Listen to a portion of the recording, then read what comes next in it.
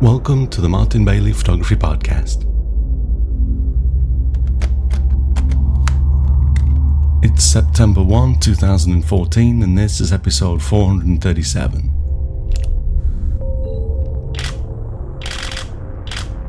I was thinking about hyperfocal distance recently and wondered how long it was since I did my original podcast on the subject.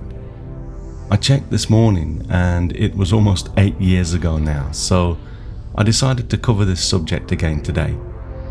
Much of what I said back then still holds true, of course, but I also recalled making a diagram last year that really helps to understand hyperfocal distance, so we'll take a look at that today as well. Although I love to use shallow depth of field with the foreground and background out of focus, often for landscape work it's nice to get everything in focus. This is what's known as pan focus and can be achieved by setting your focus to what's called the hyperfocal distance, as I'll explain.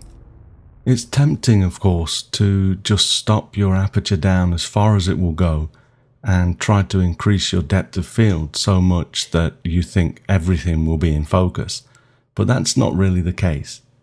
Diffraction will get in the way. Diffraction is what happens to light when it travels through a small hole.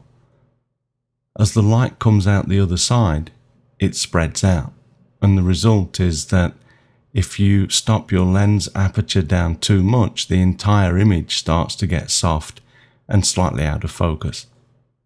This, of course, defeats the object when stopping down to make everything sharp. The aperture from which you will start to see diffraction kick in varies from lens to lens, but generally it will start from around f16 and by f22 really start to become a problem. If you're a Canon shooter and need to remove diffraction from an image, there is a tool in Canon's Digital Photo Professional called the Digital Lens Optimizer. As much as I dislike Digital Photo Professional, this can be a very powerful tool if you simply must stop down to f16 and beyond to achieve the depth of field necessary for your image. The Digital Lens Optimizer basically takes all of the information available from the computer design process as Canon develops their lenses and reverse engineers things like diffraction and chromatic aberration, basically realigning the image data to form a much cleaner image.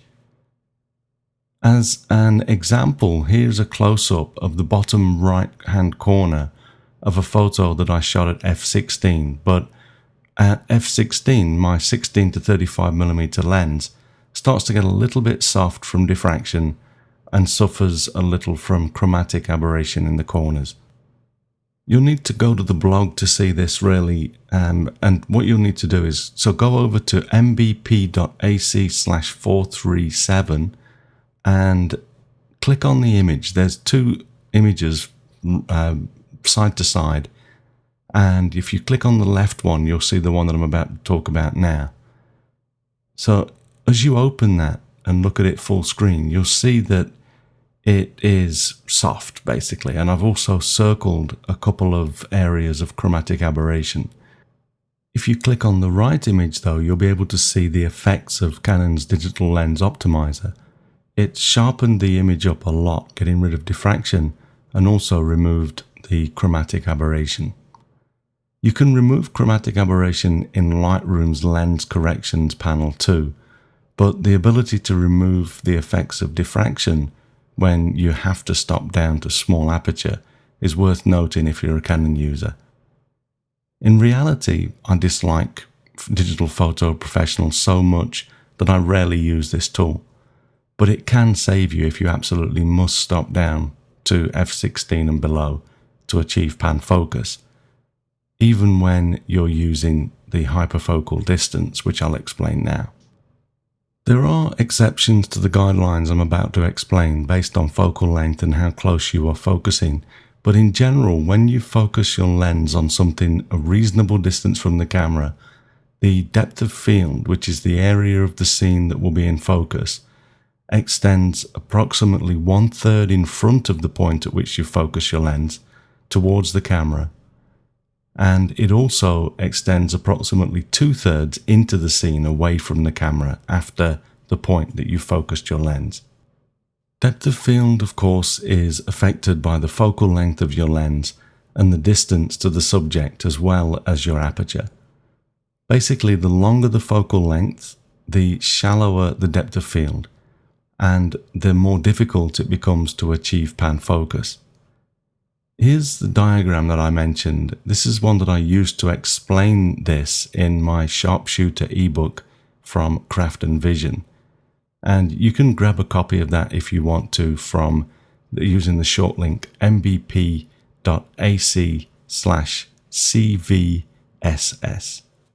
That, of course, is for Craft and Vision Sharpshooter. So let's work through the examples that I gave in the diagram. For example, if we shoot with a 50mm lens at f/16, the hyperfocal distance is just over 17 feet or 5 meters. That means that if we focus at 17 feet, the depth of field, or the area of the image that will be acceptably sharp, starts at 8.6 feet or 2.6 meters and extends to infinity. Some lenses have a distance scale on them in a little small window on the barrel of the lens, which you can reference to set an approximate focus distance.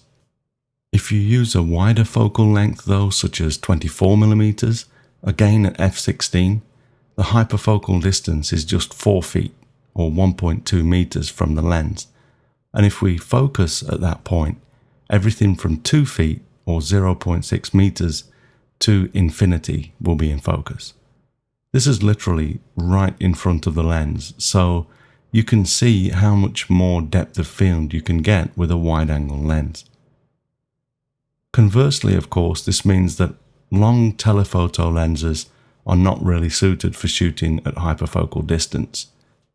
As we see in the diagram, at 200mm with an aperture of f/16, the hyperfocal distance is 274 feet or 83 meters, with acceptable sharpness starting at 137 feet or 42 meters, which is obviously not going to cut it if you want the foreground to be sharp.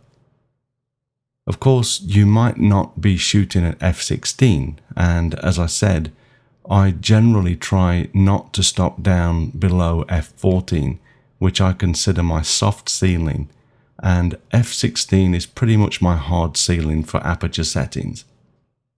I only use a smaller aperture than that when I really have to, such as to achieve a longer shutter speed.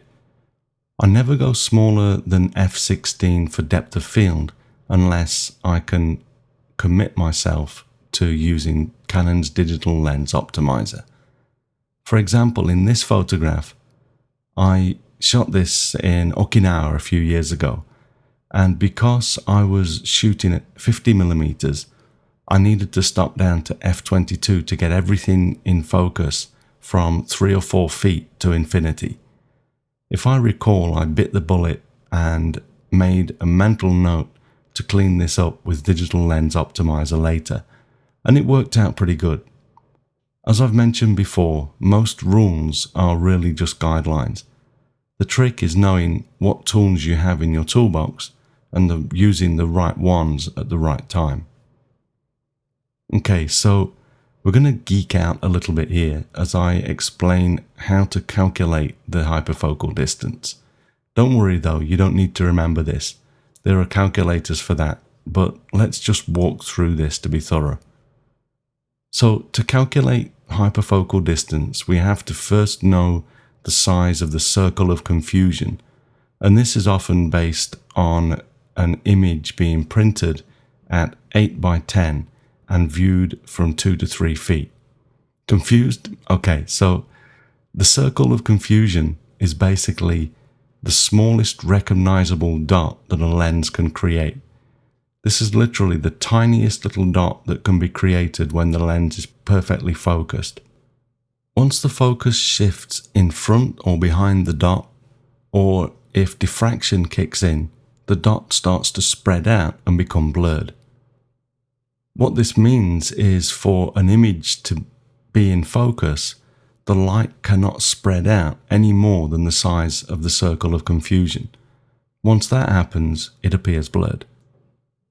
This is also how we get that beautiful bokeh in our images, of course. So how big is the circle of confusion for a DSLR camera? Well, for a 35mm full-frame camera, it's generally 0.03mm, and for crop factor cameras, it's generally around 0.02mm. You can probably find your camera in the list over at the DOFmaster website, where they have a great online hyperfocal distance calculator, and I'll put links to that in the show notes. Okay, so here's the really geeky bit. Once you know the size of your circle of confusion, to calculate the hyperfocal distance, you divide the focal length to the power of 2 by the aperture multiplied by the diameter of the circle of confusion. Let's say we're going to be shooting at 35mm. 35 to the power of 2 is 1225. If we're working with a circle of confusion of 0.03mm and an aperture of f16, we need to multiply 16 by 0.03, which gives us 0.48. Then divide 1225 by 0.48 to get 2552. As this is currently in millimeters, we divide that by 1000 and we get 2.552 meters, or 8.37 feet, which is the hyperfocal distance. Now, if you intend to print your images larger than 8 by 10, which is used to calculate the circle of confusion, you would actually need to calculate your hyperfocal distances differently. But as a general guide, these calculations are fine. And this is what most hyperfocal distance calculators and depth of field calculators use as a base. On that, and I know this is going to sound like a blatant plug, but when I'm out in the field and need to calculate hyperfocal distance, I generally use the calculator that's built into my MVP iPhone app. I need to get a few things updated in the app, but the depth of field and hyperfocal distance calculator are the easiest to use and understand that I've used. You literally just have to select your camera, focal length and aperture, and then tap the hyperfocal distance panel in the bottom left of the screen, and the subject panel will update to show you the hyperfocal distance. It's as easy as that. Although I use my app in the field quite often, and it's great to learn about hyperfocal distance as well. Once you have an idea of how your lenses work at various focal lengths, you don't have to use a calculator every time when you want to shoot at hyperfocal distance. For wider focal lengths, I often just stop the lens down to between f11 and f14 and focus about a third of the way into the scene. And for very wide angle lenses, I literally focus just on the foreground right in front of me, and this is usually enough to give me good depth of field in my images. Of course, even when we use a calculator to get the exact distance to focus on for pan focus, you aren't going to pace out the distance and focus exactly at that point. I do use the scale on the barrel of the lens for some lenses. Some of them have it and some don't. Many zoom lenses don't even have that scale now, so you have to just estimate roughly how far into the scene you need to focus anyway. As I said though, I do try avoiding stopping my lenses down past f16 to avoid diffraction when possible. It seems counterintuitive, but although stopping down to say f22 will give you a deeper depth of field, the entire image gets a little softer, so you defeat the object of stopping down. At the end of the day though, the effect is not that great, and if you're a Canon shooter, it can be removed anyway, so if you really need to stop down, it's not that big a deal. I hope this has helped some. I do tend not to talk about some of these photography techniques because I've already covered them, but I know that there are a lot of new listeners and people subscribe all the time and don't necessarily go back through the archives. So I'll cover some areas like this again in the future. Note though that we have covered many areas of photography over the years, and we have a very powerful search function on the blog too. And now that all of the episodes ever released are all on the blog, you can easily find topics that I've covered that you might not be aware of by going to any blog page and searching with the search field at the top of the sidebar. As you type, a list of posts in which I mention your keywords will be displayed and refined as you continue to type. Give it a try the next time you're trying to find information on something. So before we finish, I'd like to give myself a big pat on the back and thank you all for continuing to listen to this podcast. I realised as I was sitting down to record this episode that it was exactly 9 years ago today, September 1st, 2005, when I released episode 1 of the Martin Bailey Photography Podcast. I'll stick some candles in a cupcake or something later, but I thought I'd mention this before we wrap up for today. As you can see from the episode number, I've missed a few weeks here and there, and it's usually from when I'm traveling or on tours. And, I've missed a few weeks here and there through illness a few years back, but in general, I've been able to create a new episode every week for these 9 years, and I reckon that's a bit of an achievement. I know that many of you have listened from episode 1 too, so that's another incredible achievement, so thank you very much. And thanks very much for listening today. Remember that you can find me on Google+, Twitter and Facebook, and links to everything that I'm up to are at martinbaileyphotography.com, so do drop by and take a look. I'll be back next week with another episode, but in the meantime you take care and have a great week, whatever you're doing. Bye bye.